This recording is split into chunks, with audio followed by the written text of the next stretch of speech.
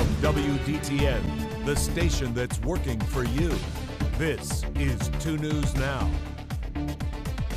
All right, good morning, everybody, and welcome in. First and foremost, I hope you all are warm enough wherever it is that you are joining us from. We know what we are getting ready for. Thanks for joining us for 2 News Now on this foreboding Friday. And it actually is. We don't know what we're expecting this weekend.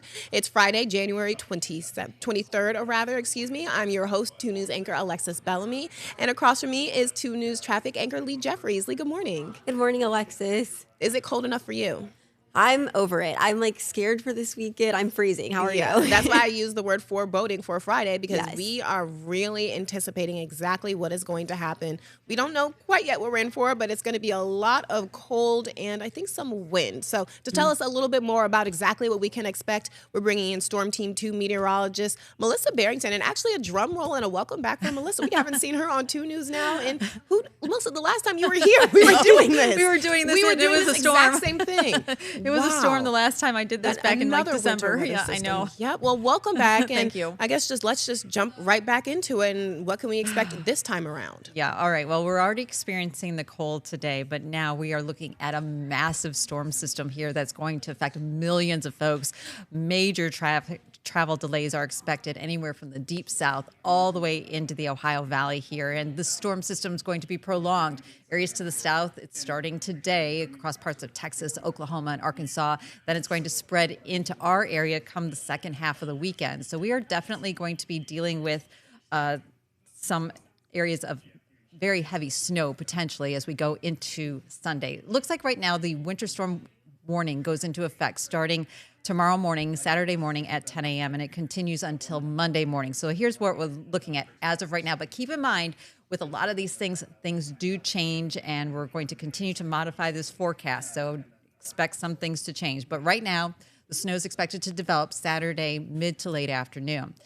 We're expecting heavy snow on Sunday, very cold conditions, below zero wind chills and reduced visibilities. Right now, the storm looks like it's coming to an end early Monday morning, and we're looking at storm totals between 6 to 12 inches across portions of the Miami Valley. Today, though, notice that area of high pressure up across the northern plains. This is already giving us the cold air. It's already in place. So with this cold, dry air mass that's in place, that could prolong how long it takes for the moisture to actually reach the ground on Sunday. The storm, though, is in western Texas, and it's actually forecast to move into Louisiana, which is way south of where we normally would see a storm track for this time of the year. So this is very unusual. 13 degrees outside right now in Dayton. It is only 7 in Indianapolis. And as the cold air is going to continue to filter in this afternoon, temperatures are going to stay steady, if not drop later today. Be sure to dress in layers. Frostbite can occur in 30 minutes or less. Make sure that you wear hats, gloves, mittens, and drink warm drinks when you are back inside. So the rest of the afternoon, we're looking at steady to falling temperatures. We stay dry today, and the first half of tomorrow are the times to prepare for this upcoming winter storm. Okay, so that actually looks good to Lee and I, the first half of tomorrow, because we do have some plans, so thankfully.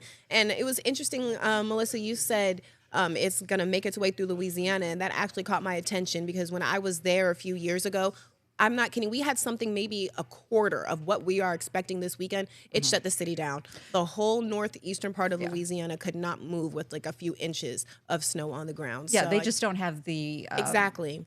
They don't have the trucks. They don't have the stuff to clear the snow because they're just not used to it. But what is so unusual with this storm is that typically an area of low pressure will move through Tennessee, maybe eastern Kentucky.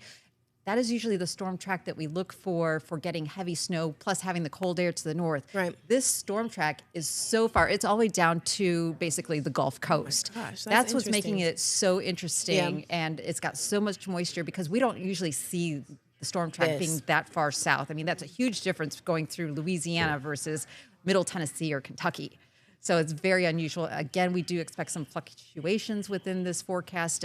So we'll just have to keep monitoring this one, but definitely looks very interesting. And it's interesting to track. It's interesting to hear. So thank you for that, Melissa. We'll check back in with you in just a little bit for another look at all of the information we need to know, staying weather aware. But for now, jumping right into our top stories. And as you can guess, we are weather aware, weather focused this morning, you guys. Preparations, they're already happening as we continue to brace for that winter weather. Plow and salt crews worked around the clock yesterday to get those roads up to where they need to be. Now, county engineers across the Miami Valley have been watching the storm closely, and crews have been prepping the roads with salt and brine. So that's what you guys can see that's out there on the roads right now. County engineers say they are worried that about what the weekend may bring. Some people say the roads could be kept to just one lane, as keeping the whole road clear in a timely fashion won't be as possible. So that's something even you, Lee, will have to be on the lookout for. Yes, no, definitely. Okay, all the snow coming in, it's winter weather around the corner. People also need to remember to protect their pets, because even in short periods of time in the bitter cold can be life-threatening for your animals. So minimizing their time outside during the storm is really recommended. And if your pet must stay outside, you need to make sure they have access to a warm, dry shelter with water. And also keep an eye out for hypothermia and skin irritation from the de-icers that are being used. I know we said that brine's on the ground, that's salt. So just watch out for that. The Humane Society of Greater Dayton also recommends having an emergency pet kit with food, water, and any medications your pet might need. It's important stuff right there. It is. And what we're not including is these dogs look like they're having a great time out in the snow. Our family dogs would not go out there. Mine either. They were like, what? You expect me to go out there and do what? Rather stay inside. So that was a whole task in itself, you guys. Please be safe with the fur babies. But moving right along, another piece of interesting news for you guys this morning. Both the University of Dayton and the Wright State men's basketball games tomorrow have been moved, you guys. They've been rescheduled because of this weather that we're expecting. Wright State was set to play Northern Kentucky at home, and that was supposed to happen tomorrow at 7. That is now a 1 p.m. tip-off. Fans unable to attend should reach out to the athletic office to exchange those tickets. The Flyers tip-off in Philadelphia against St. Joseph's is also moved up to 2 o'clock. The university says game broadcast details will be announced as soon as they are available. I know those are going to be some good games. I'm excited for those.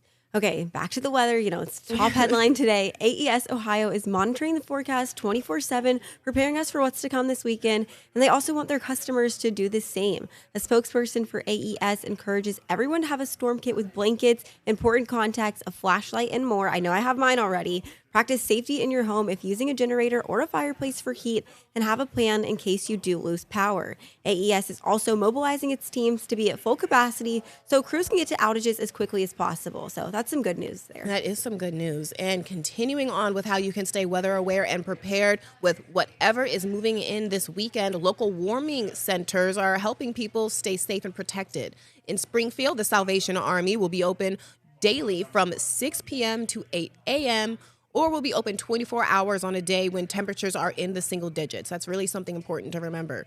Dinner and breakfast will be provided, but the shelter says that more volunteers are still needed to get this project, to get this underway. So the city of Dayton, they say they will open its 3 recreation centers as warming centers. The centers will be Friday, Saturday, and Monday. City officials say the centers will be closed on Sunday unless there's extreme weather conditions or even a widespread power outage, which is something else that we're going to talk to Melissa about, the possibility of that happening. Now, for a full list of those warming centers in the Miami Valley, head online to WDTN.com.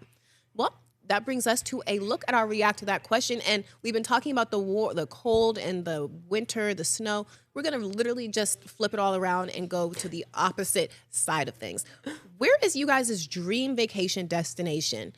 Maybe it's the snow. Maybe someone out there, Lee, could really be like, I love the snow and the Alps and the mountains. That is my dream vacation. If it's not, where is it? Is it somewhere tropical? Would you like to go somewhere overseas? And that's really something you guys should really be thinking about on a day like this. Just send your mind somewhere else. But that's the question. Lee, where do you want to go? So where's your dream vacation? I think mine is Australia. Okay. Yeah. Heard good things about Australia. I know all the wildlife, that's what I don't like, but at least it's not snowing. I was going to ask you the opposite. Are you excited to see a kangaroo or those giant spiders that they have to that see everyone them talks be about? really close, maybe not, You wouldn't from touch a distance. kangaroo? I would, no. Okay, so you're going to Australia literally just for the vibes and the looks. I'll see them. Not for the fun and the wildlife. Yeah. Got it. Okay, mine is Turks and Caicos. Oh, I've always just thought it was like the most beautiful place in the world. So that's where I would go. That's a good one. And I want to hear from you guys. Scan the QR code and let me know where you guys would like to be on a day like what today and what we're preparing for this weekend. So coming right back here at home, you guys, in the Miami Valley and other parts of the country, people are really getting ready, preparing in multiple ways. There's more than one way to get ready for the type of weather that we're getting ready to see. So, in fact, 2 News reporter Avery Feldman spent the better part of her morning literally weaving in and out of aisles at Kroger to see exactly how the grocery stores are faring ahead of this weekend's weather event. Avery, good morning. Good morning. What did you find? What were the stores like? Were people doing a good job, it looks like, at preparing for what's coming up? Yeah, we saw a lot of people in the stores this morning. I do have to say there were a lot of employees staffed for this morning. Okay. They were stocking the shelves. They stocked mostly kind of chips, canned foods, those types of items, I would say. But I actually just hopped off the phone with a Kroger communications gal, and she was telling me that they actually stay stocked on bread, milk, and eggs the most is what tends to go.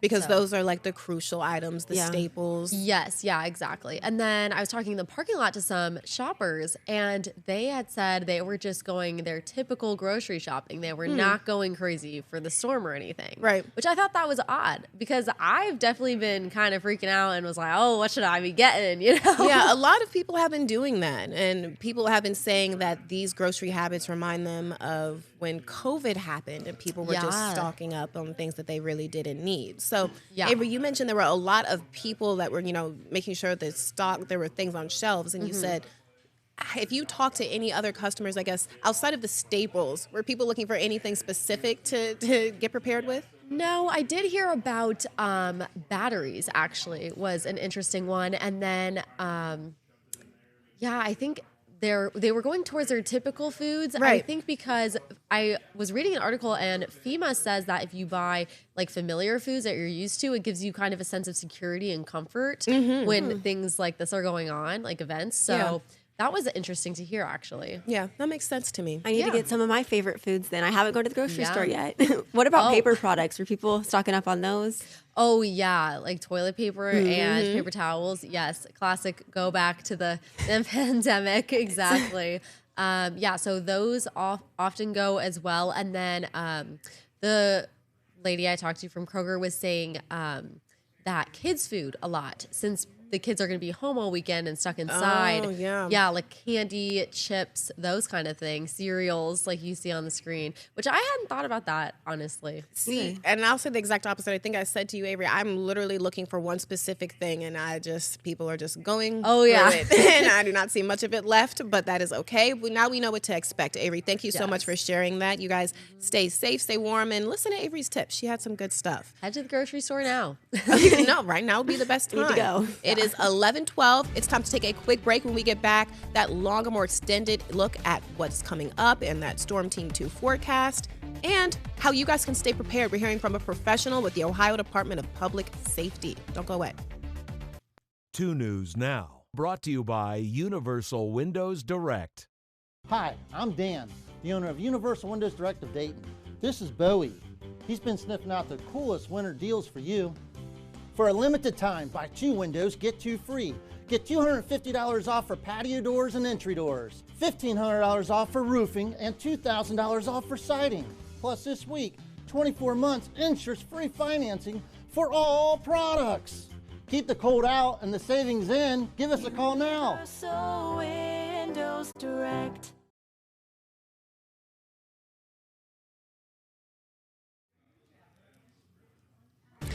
And we're back, taking a familiar look at the countdown to the 2026 Winter Olympics. You guys, I've been saying it since I think we hit the teens. We are just moving right along. You're taking a live look at our Olympic cam, showing you the host city of Milan right now. A bit foggy, as they usually are around this time.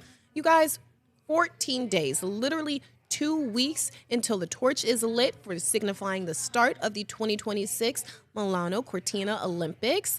And we've got some time. Very much looking forward to this. As of late January, around 160 to 190 American athletes have qualified, and the games kick off on February 6th to February 22nd. The Paralympics follow from March 6th to the 15th.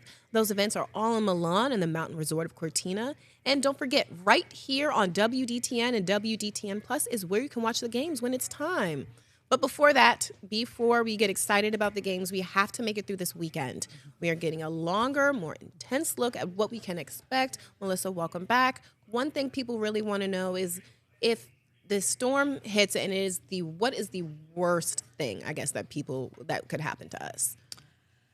Well, so inches wise, I guess how much could we end up getting? Well, we don't typically see 12-inch storms around here. Okay, so this would be extremely unusual to get that much if we do get that much. Okay, right now we're looking still at 8 to 12, but again, that could change. The one thing that is kind of interesting that we're starting to see some hints of, and whether or not this will happen, may or may not make things worse, because if we get a little tongue of warmer air aloft, not at the surface, but aloft, that would mean that the precipitation coming down could potentially come down as more sleet or ice. If that happened, that would mean our snow totals would be cut down, but then we're dealing with sleet and ice. Okay. So that would actually make things worse. Yeah. So for sure. I hope that doesn't happen. I would much rather stay in the snow, because it's definitely going to be cold enough for it to snow. The storm system going even further south is probably less likely because it's already going to be down along the Gulf Coast. So we're just going to have to keep an eye on this. Okay. And like I said, things are going to continue to evolve and change here over the next 24, 36 hours. And it's just something that you just have to pay attention to. Sure. Because it's such a high impact storm. The rest of today and the first half of tomorrow, that's your time to prepare. Go to the grocery store, as Avery said, run around, do your errands. If your kids have events tomorrow morning, if they have team practices, should be fine. Everything before noon, probably even before 2 o'clock, should be fine tomorrow. The rest of the afternoon, though, we're going to see temperatures staying steady in the teens. We're sitting at 13 degrees. Wind chills are going to be 5 to 10 degrees below zero. And the rest of the day, you really just want to prepare for the upcoming storm. Nothing on Live Doppler 2 HD for this afternoon. That's some great news. Future tracks showing that we should see some scattered clouds coming in as we go into the afternoon, overnight tonight, and then by tomorrow, we'll start to see those clouds really start to thicken up. With that big area of high pressure that is to our north, that is going to play a role because it is so dry out there. Initially, when some of the precipitation starts, it's going to start out dry and it's not going to reach the ground. So it's just going to be a matter of time to see how quickly we get this stuff reaching the ground. Right now, we're looking at Saturday evening is when a lot of this should start. Then we probably get a break overnight, and then it looks like the big push of snow comes in on Sunday. So through Saturday evening, I'm looking at our northern counties, half an inch or less of snow. Right through the I-70 corridor, we're looking at an inch or less, and this is through Saturday evening. And then from like Wilmington, maybe Springboro, south towards Cincinnati, 1 to 2 inches. However, let's flip over to Sunday. Through Sunday evening, this is when the brunt of the storm is going to come through. And I would say it's actually going to be a lot of the waking hours, like from sunrise to sunset here with this storm system. And that's where we're going to end up with our 8 to 12 inches of snow. So this is a huge storm for us. And even though the snow consistency is expected to be fairly light, when you are shoveling 8 to 12 inches of snow, it's going to be heavy. It's going to be difficult for folks who are going to be out shoveling. So no matter which way you look at it, it's still going to be rough. This afternoon, temperatures are currently at 13. I don't think they're really going to go anywhere for the rest of the day. We'll see wind chills 5 to 10 below. Tonight, we're going to drop down to about 2. Those wind chills stay below 0. And then tomorrow, we'll see that snow developing later in the day. That winter storm warning starts tomorrow morning at 10 a.m., continues through Monday morning at 10 a.m. The biggest rough day looks like it'll be Sunday. We're still going to be cleaning up on Monday. And then we have this extended period of cold air that lasts all the way through Thursday, Friday next week. We're going to stay below freezing. That means that the snow is not going to melt. It's going to be difficult to get around. And then wind chills below 0. It is going to be a really rough week around here for folks. Oh, man. I'm sorry to be the bearer of bad news. You said it perfectly. That's what we need to know. Rough week. Yeah. Down. We'll prepare for it. And, of course, to stay weather aware all the time, make sure to download that WDTM Plus, and we will keep you posted. Thank you so much for that, Melissa. No problem. All righty. Well, new this morning, Franklin police say they need your help in finding a man they are currently looking for. Listen to this. Officers say they tried to stop a car on Wednesday when they learned that the driver, who you can see here, Glenn Chastain, had an active warrant. He had fled a traffic stop, eventually crashing in Carlisle. He then fled the scene, and police say his last known address was also there. If you have any information, you're asked to contact police immediately. They are offering what they're calling a swag bag for any information leading to this arrest. That's the scene there. We also have an update on a story we brought to you just a little bit ago. Former Michigan football coach Sharon Moore was back in court on Thursday, and he is looking to have his criminal charges dismissed. Moore was fired back in December and later taken into custody after evading the home of a staffer he had an inappropriate relationship with. Yesterday, Moore's attorney filed a motion to have his arrest warrant thrown out, and his next hearing is set for February 17th. And coming back here at home, looking to the weekend ahead, everyone wants to know how to stay safe, how to stay prepared. But this morning, we're going to hear about some of the mistakes that people make and some of the things that they can do to make sure that the preparations they are making last. And of course, the things to avoid. So this morning, we're joined by Judy Converse with the Ohio Department of Public Safety. Judy, good morning. Hi, good morning. Thank you so much for joining us. So I guess I'll just start from the top on what do experts say is the first thing that people need to do to prepare for an event like what we're expecting? Absolutely. When it comes to driving in wintry weather conditions, slow down. I think that's the number one mistake that drivers make, is that they're going too fast. I kind of pulled some crash statistics from Montgomery County for last winter. Yes. In Montgomery County alone, there were 426 crashes in snow, ice, or slush. It's certainly not like, top in the state or anything, but certainly in our top 10. And that just comes with population, right? The more people there are, the more roads there are, the more traffic there is, the more crashes. It just kind of comes with the territory. But the number one mistake, just in looking at this data, the number one mistake that drivers make is just going too fast. Right. And that has nothing to do with the speed limit. They're just going too fast for conditions. Are there any areas or roads that are specifically more dangerous than others that people should especially watch out for? Sure. When there's ice, snow, when conditions are like this, your areas with curves or hills can be especially dangerous. When there's ice or snow on the roads, your vehicle loses traction. So you need traction to go and you need traction to stop. So whenever there's anything between your tires and the road, you're probably going to lose traction. So that's why it's so important to take it slow. So important to slow down gradually, accelerate gradually, right? Give some more space between you and the vehicles around you, right? If you're in traffic and there's cars around you, give those vehicles more space, because you're going to need more time and more distance to come to a stop. Same thing with, if you're coming up to an intersection where there's a red light or a stop sign, hit those brakes early, so that you do have time to stop and you don't come to a skid and you don't find yourself in the middle of the intersection and a hazard, essentially. Judy, thank you so much for sharing that information. I'm sure we'll have more online at WDTN.com. And I'm sure you just want everyone to stay safe and stay indoors as a reminder. So thank you again for joining us this morning. Thanks for having me. All right, time for another quick break. When we get back, what's coming up in Living Dayton and a React to That responses. Don't go away.